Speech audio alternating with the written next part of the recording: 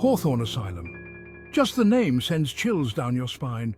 It stands on a desolate hilltop, shrouded in mist and shadowed by a haunting past. Twisted trees claw at the asylum's crumbling walls, their branches like skeletal fingers reaching out.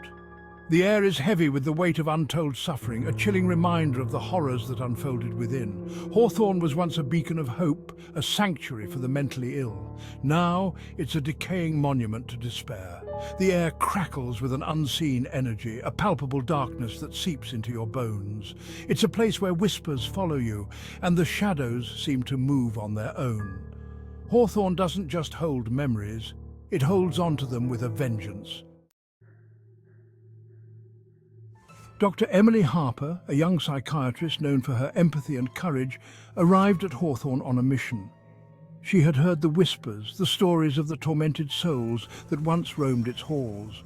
Her colleagues had warned her, but Emily was driven by a deeper purpose. She believed that understanding the past could help heal the present. She wanted to understand the asylum's dark history, to uncover the secrets that had been buried for decades. The walls, though crumbling, held memories, and Emily was determined to bring them to light. To piece together the stories etched into its decaying walls, she meticulously examined every carving and marking. Each symbol, each word told a tale of suffering and despair, but also of resilience and hope.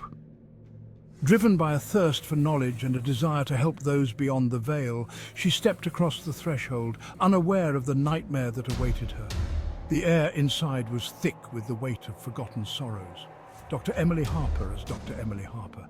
The old iron gates groaned in protest as if warning me to turn back. Their eerie sound echoed in the stillness, a haunting reminder of the countless souls that had passed through them. A shiver ran down my spine. The cold seemed to seep into my bones, and I couldn't shake the feeling that I was being watched.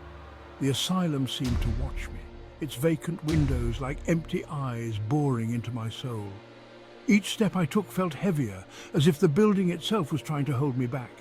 The air grew colder, the silence broken only by the rustling of leaves and the distant caw of a crow. It was as if nature itself was warning me of the dangers that lay ahead. An unsettling feeling washed over me, a sense of dread that settled deep in my gut. I knew that whatever awaited me inside Hawthorne was not just a relic of the past, but a living, breathing entity that demanded to be understood. Inside, dust-laden sunlight filtered through grimy windows, illuminating the decay. The air was thick with the smell of mildew, dust, and something else, something faintly metallic and sweet. It was the unmistakable scent of decay, the lingering aroma of suffering. Dr. Emily Harper as Dr. Emily Harper. I wandered through the asylum's desolate corridors. Each room I entered was a chilling tableau of forgotten lives. Restraints lay discarded on beds, their leather straps cracked and worn. Scribbles on the walls whispered of madness and fear. The silence was deafening, broken only by the sound of my own footsteps echoing through the empty halls. The basement was a labyrinth of shadows and dampness, a place where the air felt thick with the weight of forgotten memories. Each step Emily took echoed through the empty halls, amplifying the eerie silence that surrounded her. Emily stumbled upon a small room, untouched by the decay that plagued the rest of the asylum. It was as if time had stood still here, preserving the room in a state of eerie perfection. In the center sat a wooden desk, and upon it a leather-bound journal. The journal seemed to beckon her, its presence almost magnetic in the otherwise lifeless room. Its cover was worn, the leather soft and supple from years of handling. The edges were frayed, hinting at the countless times it had been opened and read. An inscription on the front read, "Jacob Thorn, physician." The name sent a shiver down Emily's spine, as if she had just uncovered a piece of a long-forgotten puzzle. Dr. Emily Harper as Dr. Emily Harper. I opened the journal, my fingers tracing the faded ink. The pages were fragile, each one a delicate whisper of the past. The words were a chilling testament to the asylum's dark history. They spoke of pain, suffering, and the inexplicable events that had transpired within these walls. Jacob Thorn, a doctor at the asylum, wrote of strange occurrences of patients tormented by unseen forces. His notes were filled with accounts of eerie whispers, shadowy figures, and inexplicable phenomena that defied all logic. He described their descent into madness, their pleas for help ignored by a skeptical staff. The patient's eyes, once filled with hope, now reflected only despair and terror. He believed the asylum was haunted, a conduit for something sinister. Thorne's writings suggested that the very walls of the asylum were alive with malevolent energy, feeding off the fear and anguish of its inhabitants. Emily couldn't shake the feeling that she was not alone, that the spirits of the past were watching her every move. Compelled by Thorne's words, Emily descended deeper into the asylum's bowels. She reached the solitary confinement wing, a place of utter despair. The air here was even heavier, thick with the palpable weight of suffering and despair. Dr. Emily Harper, the entrance. It's like stepping into another world, one filled with nothing but pain and shadows. The heavy cell doors, some ripped from their hinges, stood as grim sentinels. She could almost hear the echoes of screams, the desperate cries for help that had gone unanswered. The shadows seemed to writhe and twist here, taking on menacing forms in the dim light. Dr. Emily Harper. I can almost feel their agony, their hopelessness. It's overwhelming. Fear gnawed at Emily, but her determination wouldn't be swayed. She had faced many challenges in her life, but nothing quite like this.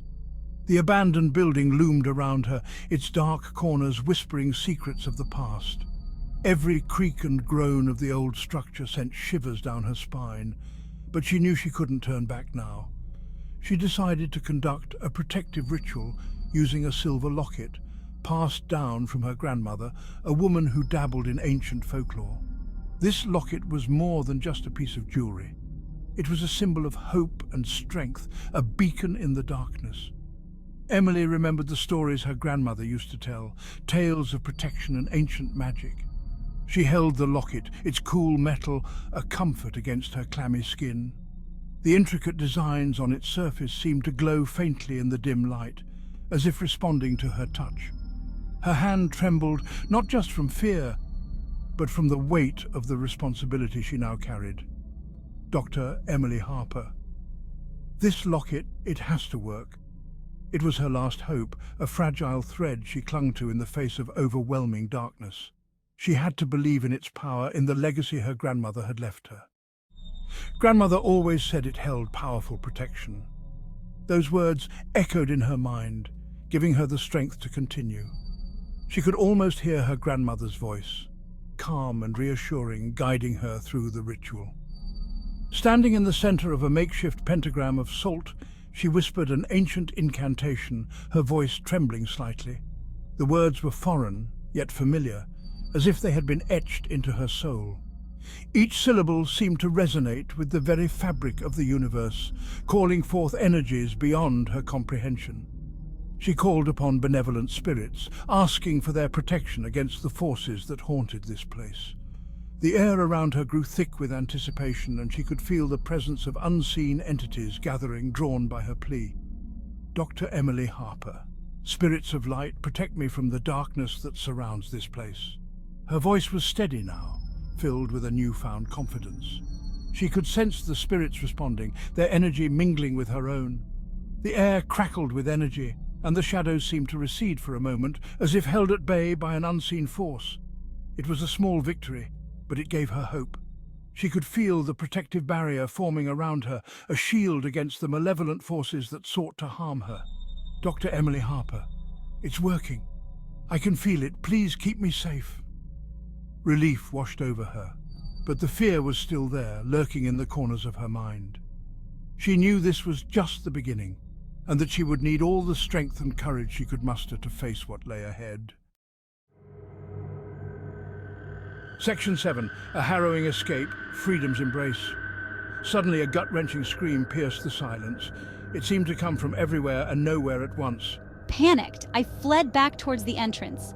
The shadows seemed to reach for me, their icy fingers brushing against my skin. She ran as fast as she could, her heart pounding in her chest. The asylum seemed to be closing in on her, its corridors twisting and turning, leading her further into its depths. Finally, she burst through the asylum's main doors, gasping for breath. The fresh air never tasted so sweet. Section 8. The Aftermath Haunted by Hawthorne. Emily never forgot her night at Hawthorne. The experience left an indelible mark on her psyche. I left the asylum physically unscathed, but forever changed by the horrors I had witnessed.